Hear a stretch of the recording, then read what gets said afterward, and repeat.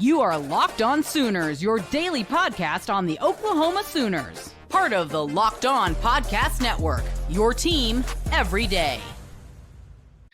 Again, thanks for making Locked On Sooners your first listen every single day. Shout out to all the everydayers out there. Tune in and subscribe to the show wherever you get your podcasts. We're free and available on all podcast platforms and part of the Locked On Podcast Network, your team every day. So the Oklahoma Sooners, I think, are still a long ways off from being a playoff team. And the reason I say that is because, one, the SEC grind is going to be tricky. We saw with the committee selections that 3 losses, even if they're 3 SEC losses, may keep you out of the playoff. And I was pretty adamant that if Oklahoma went 9-3 in 2024, and those 3 losses were in SEC play, that I still thought that they could be a playoff team. Well, the committee showed us that with Alabama, Ole Miss, and South Carolina, that 3 losses there's a really good chance that 3 losses keeps you out of the playoff. I don't care what happened to SMU. I don't care what happened to Indiana. 3 losses, there's a good chance it keeps you out of the playoff. So you got to get to 10-2 if you want to be a playoff team. Now, the Oklahoma Sooners defense showed us in 2024 that they're really good. They're a really good defense. They're not an elite defense yet. They're not a defense that week to week is showing that they can play 60 minutes of elite defensive football and absolutely win you football games, a la Baltimore Ravens, early 2001, a la the Alabama defenses under Nick Saban, or the Georgia defense under Kirby Smart. They still need some pieces to come together, especially as I just finished the last segment on. You need that second edge rusher to complement R. Mason Thomas, a guy that can get after the passer with as much proclivity as R. Mason Thomas can. Run defense, they're really good. The pass defense has to continue to develop. Now, they're really young at cornerback last year. That group's got to get better. They got to continue to get better, and they got to continue to develop, because you can't have games like LSU where the guy just beats you and you can't play, 1 high safety or 0, cover 0 in the secondary and just rely on your young corners to win. That's going to get you beat in the SEC. But really the big issue is offensively. Oklahoma's a long ways from where they need to be offensively based on what we saw in 2024. Now, there's been a complete overhaul of the offensive unit.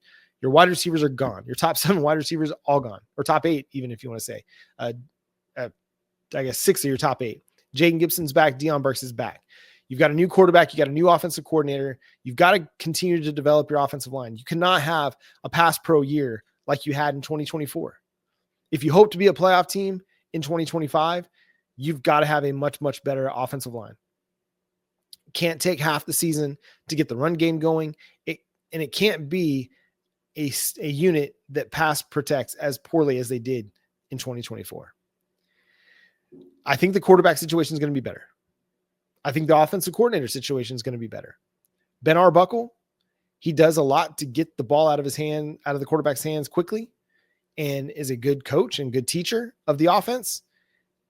Obviously, John Mateer brings experience to the table that I think is going to help benefit Oklahoma's offense, especially as it develops and learns what Ben Arbuckle wants to do. And if they just have a better schematic function for their wide receivers, where they can actually scheme them open from time to time and create some easy passes and catches, that's going to go a long way to opening everything up for the offense. It just seemed in 2024, everything was just too complicated.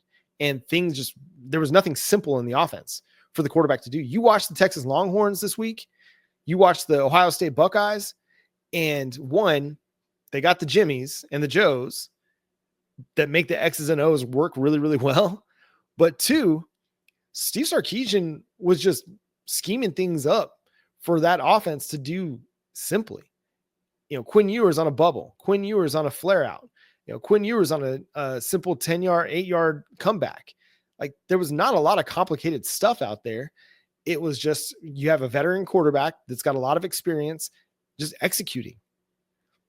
And then when they wanted to take some shots, they did.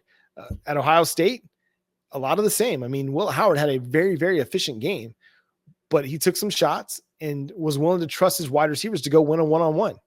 And they did. And some of it just comes back to what Jay talks about all the time, is you just got to have a quarterback that's willing to sling it. And at a lot of times this year, Jackson Arnold was just not willing to sling it. And I think Michael Hawkins has that ability to be a gunslinger and just throw the ball. and give his wide receivers an opportunity and a chance to make a play. He just was lacking experience this year. But he'll develop and he'll continue to grow. So, I mean, I think Oklahoma is kind of far from being a playoff team right now.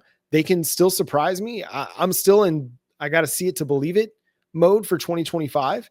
If they come out of the gates and they start things off, obviously the non-conference schedule is not going to tell us what Oklahoma is, but if they come out in SEC play and they show that this is a team that's ready to be a contender and say they win a couple SEC games and they beat Texas, then I'll start to believe. But they got a lot to prove in 2025 for this to be a team that can be taken seriously as a potential playoff contender. I think for the most part, you're going to look at most preseason projections and they'll probably fall in the 5-7 to 7-5 range as a program. But I think the offense is going to be much better in 2025. Can't really be much worse than what it was.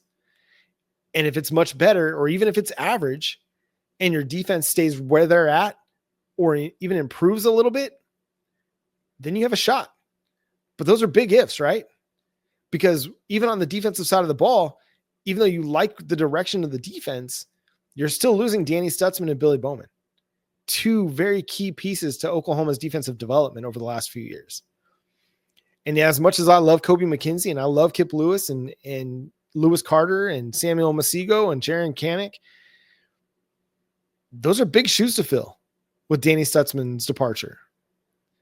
And so as optimistic as I like to be and as optimistic as I want to be about the direction of Oklahoma football, offensively, I need to see it. I got to see a team that's able to get out there and put up 35 points on a regular basis, even against the SEC. I need to see a team or 30 points on a regular basis against the SEC, because this was a team in 2024 that only scored 30 points against non-conference opponents, Temple and Tulane and Maine. That was it. They had 3 games where they scored 30 points. That's not going to be good enough. And you can't rely on the defense to score for you, because Oklahoma got some defensive scores against Auburn. Otherwise, the offense only gave them 20 points. They got a defensive score against Alabama. The offense only gave them 17 points. They got a defensive score against Missouri. The offense only gave them 16 points.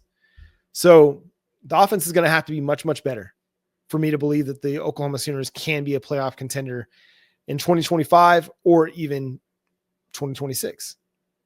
But that's going to do it for today's episode of Locked On Sooners. Thanks so much for tuning in, being a part of the show. Subscribe to the show wherever you get your podcasts, free and available on all podcast platforms and on YouTube. Hit that subscribe button and that notification bell to let you know when new episodes drop. Follow the show at Locked On Sooners on all your social media platforms, Twitter, TikTok, Instagram, Facebook. Follow Jay at Unfair Sports. Check out his channel, Unfair Sports, over on YouTube. Follow me at John9Williams. And you can read my work covering the Sooners over at SoonersWire.com. But until next time, we're going to talk about an edge prospect that Oklahoma is pursuing in the transfer portal. And we'll have more for you all week long here on Locked On Sooners. Hope you're excited and getting ready for the Christmas season and time with friends and family. But until next time, I'm John Williams for Jay Smith, Boomer Sooner.